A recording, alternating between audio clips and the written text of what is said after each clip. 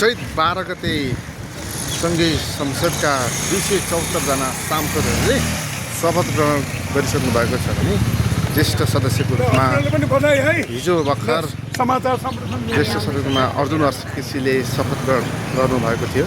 त्यही कारणले 274 जनाको शपथ ग्रहण आज भएको थियो। उहाँ ज्येष्ठ सदस्यले विभिन्न आफ्नो मातृभाषामा शपथ ग्रहण गरी उहाँ सांसदको लोगोसहित सांसद बन्नुभएको छ। धनमलजी र म अहिले यति बेला रिपोर्टिङको लागि हामी यो सिंहदरबारमा आएका छौँ। यो गणतन्त्र स्थापना पछि नै होला सिंहदरबारमा संसद भवनको काम कारबाही भएको।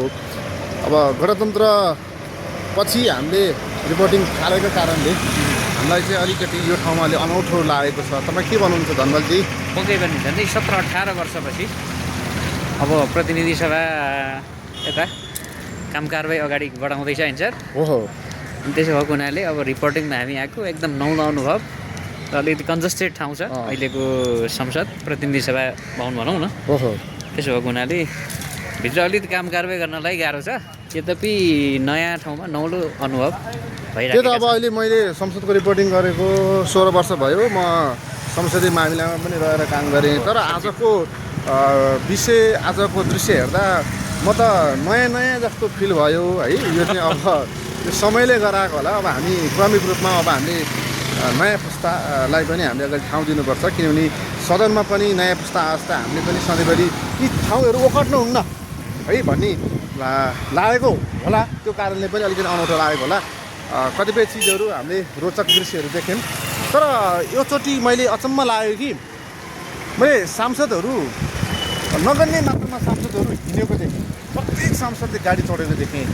के हामीले यसकै लागि परिवर्तन खोजेका थियौँ कि होइन या के थियो? अर्को त्यसमा थप्नुपर्ने कुरा के हो भने सर, धेरै चाहिँ गाडीमा आउनुभयो जानुभयो होइन, तर त्यो जो चाहिँ केही पैदल यात्रा हुनुहुन्थ्यो नि सांसदहरू, उहाँहरूलाई चाहिँ मिडिया समेतले पनि बोल्दा एप्रोच समेत नगरेको देख्यो क्या हामीले। जो गाडीमा चढ्नुभयो, जो कि भाइरल सांसद भनिन्छ, उहाँलाई चाहिँ एकदमै धेरै फोकस गर्नुभयो होइन। यो मिडियाको ट्रेन्ड चाहिँ गलत हो नि, यो त त्यो होइन नि। किनभने हामीले हेर्ने भनेको 275 र माथिल्लो सदन यानि कि राष्ट्रिय सभाको 59 दुईटै संयुक्त सांसदहरू, दुईटैको हैसियत, दुईटैको सबै चिज एउटै भएको कारणले अलिकति हामीले पनि के कुरा बिक्री हुन्छ, के कुरा जनताले चाहन्छन् भनेरतिर लाग्यो मलाई। यो पत्रकारिताको मर्म हो र तपाईँ पत्रकारिता विद्यार्थी पनि हुनुहुन्छ। पक्कै होइन नि। मैले चाहिँ सिधै भन्दाखेरि त अब हो भन्न त कसरी, मैले पढेको प्रिन्सिपलले, मैले पढेको होइन, मलाई पढाएका टिचरहरूले त्यसै भन्नुभएको छैन। तर यसले जसरी हामीले अघि व्याख्या गरेको कुराले चाहिँ समग्रतामा आजको हाम्रो सोसाइटीको त्यो मानसिकता के छ भने रिफ्लेक्ट गर्छ क्या। जो गाडीमा हिँड्दैन त्यो चाहिँ सांसदै होइन, अथवा मिडियाले पनि बोल्नलाई एप्रोच गर्ने कुरा धेरै ठुलै कुरा हो नि त। किनभने अब आजबाट बन्नु भएको जो सांसद उहाँ त जनतासँग चाहिँ उहाँले प्रत्येक शब्दको जवाफ त जनतालाई दिनुपर्छ। आज उहाँ अभियन्ता हुनुहुन्थ्यो होला, उहाँ जुनसुकै फिल्डमा क्षेत्रमा हुनुहुन्थ्यो होला, त्यो होइन नि म बोल्दिनँ भन्ने पाउनुहुन्न। किनभने त्यो चिज अवश्य पनि बुझ्नुपर्छ र अबका आउनुभएका नयाँ सांसदहरूलाई चाहिँ अलिकति थोरबहुत रूपमा संसदीय अभ्यासको चाहिँ अलिकति ख्याल गर्नुपर्छ है जस्तो लाग्छ है।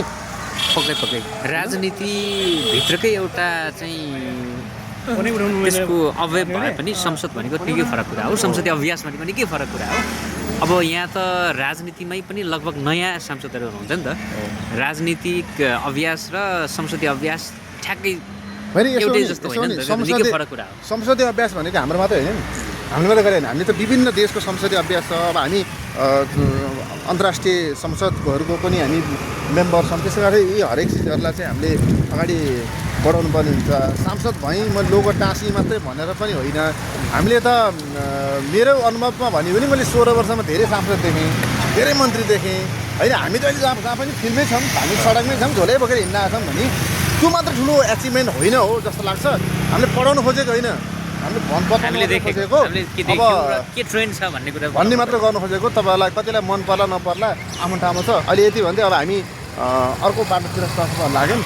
यो ट्रेन यस्तै रहेछ है त। त्यही गर्नु के छ यार।